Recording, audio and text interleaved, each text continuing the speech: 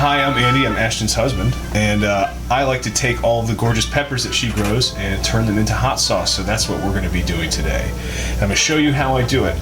We're also using these local fresh peaches that were picked by my mother-in-law and children a couple of weeks ago. So we're going to go over some of the ingredients right now in the process that I use pretty much when I make any hot sauce. Now, I've been cooking for a long time. I apologize to those of you who are not what I call a field cooker like I am. I've tried to write down as much of my ingredients as possible, but sometimes you gotta, have a couple of beers and just kind of tune it in on your own. So the 5 basic ingredients that I like to use when it comes to any hot sauce are going to be our onions, garlic. I love using tomatoes, especially out of the garden. Our vinegar, and then some sort of fruit that's going to augment our peppers, which are also technically fruits, but sort of a sweeter fruit. Today, again, we are using these peaches. We're using, the whole purpose for this, these jalapenos. These are the ones that we have not grown. Our friends Kate and Dan are growing those and giving them to us. So I decided I would make them a sauce and show it to you. So there are a couple different ways that you can get all these ingredients kind of cooked together to have them really start to what I call collaborate. So today, we're not going to roast them today. I'm going to throw these all in this here pot and just get them cooked down, get them simmering together. Usually it's going to be about 30 to 60 minutes. Kind of go off of smell is what I like to do. We're using some hotter peppers today in addition to the jalapenos, so we might have some spicy air around the stove. And you really want to make sure your vent is on for that. And if the air is getting really spicy, you're probably good. All the flavors have come together. So like I said, I'm going to get some of the numbers for you if you're not a field cooker like I am. So we're starting out with 300 grams of peach, which is about 1 1/4 cups. We're gonna do, this is 120-ish gram tomato. Comes out to about a 1/2 cup when you chop it all up. We have 3 of these large green jalapenos here. We have 4 kind of small to medium or schmedium of the red jalapenos. So they stayed on the vine, they got a little sweeter. We have 8 of these little beautiful peppers. These are white Peruvian habaneros. They're very sweet, but also have a great heat to them too. I love adding them to all my sauces because they kind of brighten up the sauce no matter what the pepper or fruit is that you're using. I have 6 cayennes here that Ashton just picked today. I just like cayennes. We throw them in there. They don't add that much heat, but they add a really nice kind of round, smokier flavor. And then for a little bit of the heat, because I like heat, we're going to throw in 1 orange habanero, which is my favorite pepper, and then 1 red one. And then when it comes to our vinegar here, I'm just going to do 1 cup of white vinegar, 1 cup of apple cider vinegar. That's what I did last time for the sauce I made, and I really like the way it came out. And then our other ingredients here, again, we already went over the tomato, but it's going to be about 30 grams of garlic, about 1/8 of a cup. Just go off of feel and looks, really. And then we're going to do this kind of medium yellow onion, which is about a cup, 200 to 220 grams. And so to come out. And then I would really like to make this a Chipotle sauce today, but I don't have the time or energy to turn these jalapeno peppers into Chipotles. To do that, we need to dry them and then lightly smoke them. So today we're just going to use the fresh jalapenos and throw in some of this organic Chipotle powder. Otherwise, our ingredients, we're going to be adding salt and pepper to taste. We might add a little bit of water or oil to get the consistency we want, and then some xanthan gum, which I'll add in 1/8 of a teaspoon at a time at the end to get the smoothness we want.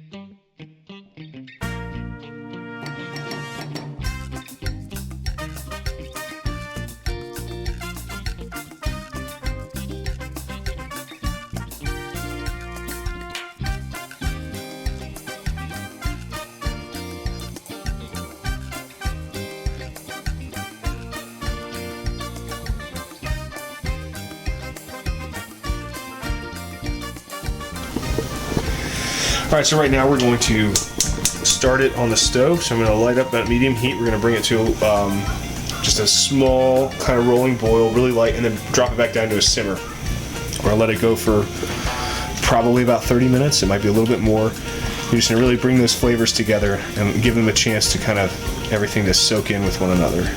So one thing or a few things that we haven't added that we could potentially add in the future. Number one is sugar. Some people like the extra sugar, some people don't. I like to add it in at the end while we're blending the sauce so I can control how sweet it is. And also, you know, a lot of people like to no added sugar. So there you go. Also lime. I like to add lime juice to a lot of my sauces. The citrus flavor goes fantastic with Chipotle. I'm sure everyone's had something that's Chipotle lime flavored. But also the citrus can help cut capsaicin. So if you are having that sauce a little too hot, go ahead and add some lime or lemon to it. Same thing if you're eating hot wings or anything like that and you're having that experience in your mouth. Yes, you can have milk or ice cream, something that's dairy, but you can also suck on a lemon wedge and that'll help it.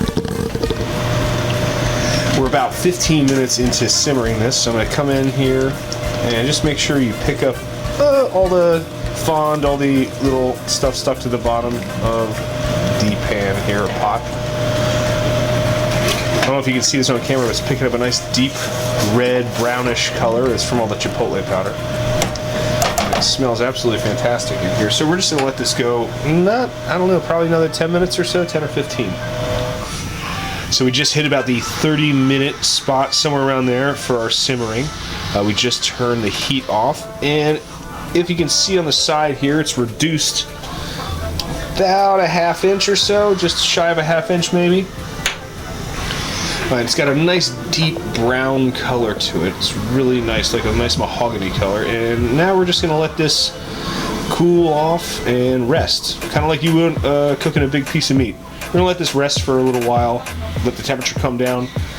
It's also beneficial so you don't pour it into a cold glass blender and shatter your blender. So let this chill out on the stove. Alright, so we've let it cool down on the stove now for about 30-35 minutes. So we can add it to the blender and not worry about shattering it based on temperature and adding hot stuff to glass. We already did a little taste test and it tastes pretty good. I don't think we're going to have to add any more sugar, but it is a little hot, and lime also goes really well with Chipotle. So we have here most of 2 limes. I had to take part of one to kind of test it out and make sure it's okay. But we're going to transfer it all to the blender now and then start mixing it up and get our consistency right, and then add some of this lime.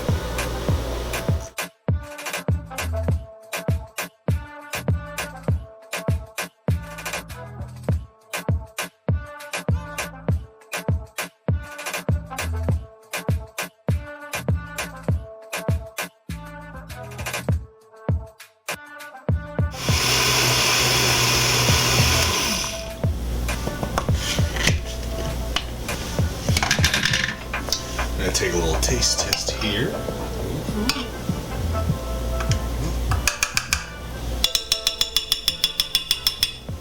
Put in our taste test bowl.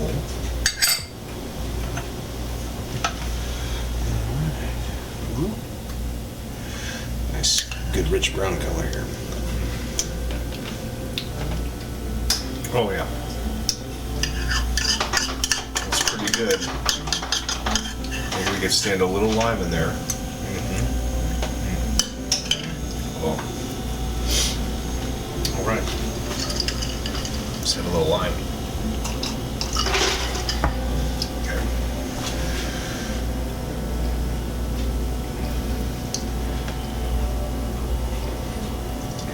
And again, this isn't precise. Just what you think is going to be good. Chipotle and lime go great together. So we're going to do about half, and then let's blend it up a little bit more.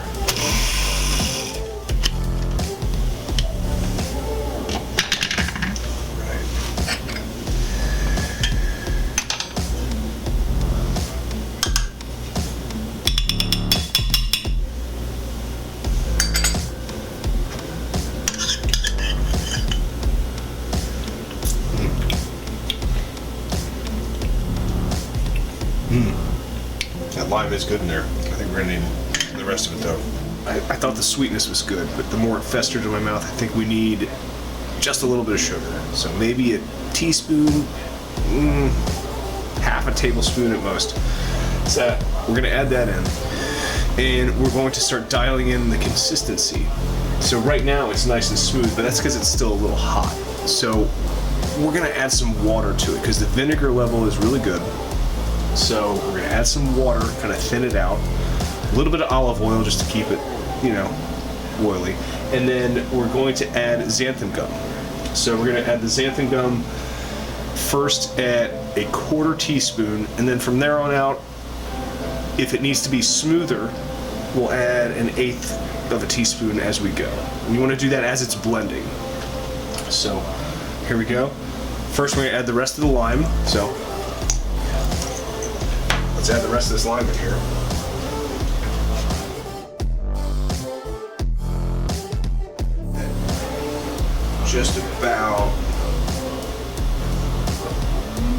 Just a little under 1/2 of a tablespoon of sugar.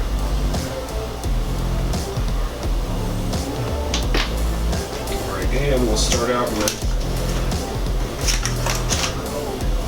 1/4 teaspoon of xanthan gum.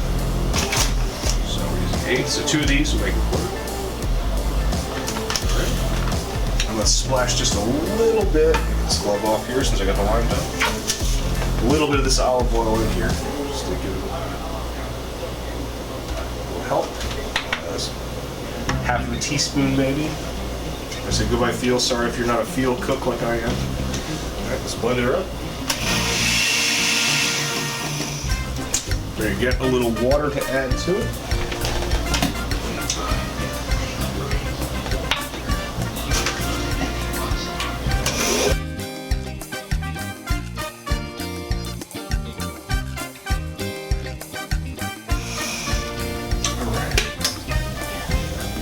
Give it a look.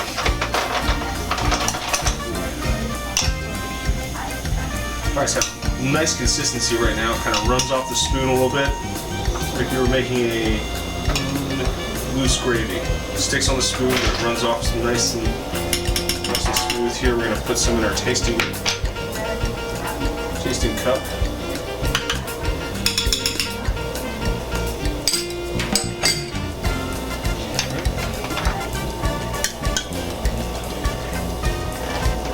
A little lighter than it was before too. It's not quite as deep and dark brown.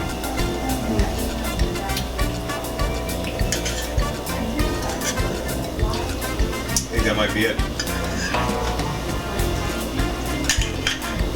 We're gonna have to check with the boss though, but I think we got it. Taste test. All right, like I said, here's the boss for the taste test here. So we got the consistency dialed in. The color is a little bit lighter than it was before. You do you. Yeah, I'm doing a chip.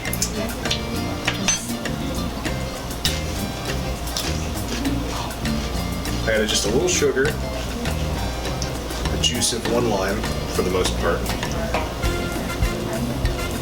Peppery. It does have a lot of pepper flavor in it. But it's not too hot. Like, I can take that. We'll do it without the chip. Here.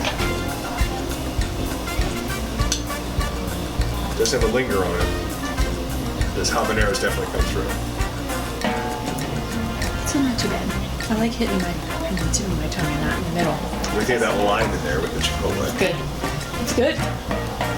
It's good. The only thing I regret, honestly, is there's not enough peach.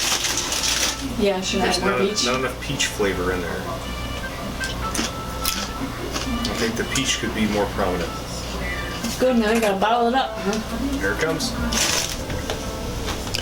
All right, now it's time to transfer this into our bottles. Okay, so we got kind of a nice consistency here. I left all the seeds in, so we still have a little bit of a little meat inside of there. I like my hot sauce like that. If you don't, you go ahead and take all that out, strain it out. But I like a little bit of seeds still left in there. All right, so we're just gonna pour it into these bottles. It's got a really nice taste to it. I'm very happy with the way this turned out. I'm also surprised at how little variation I had to do at the end. The flavor was pretty spot on right from the get-go. Just added that little bit of extra sugar And of course the wine.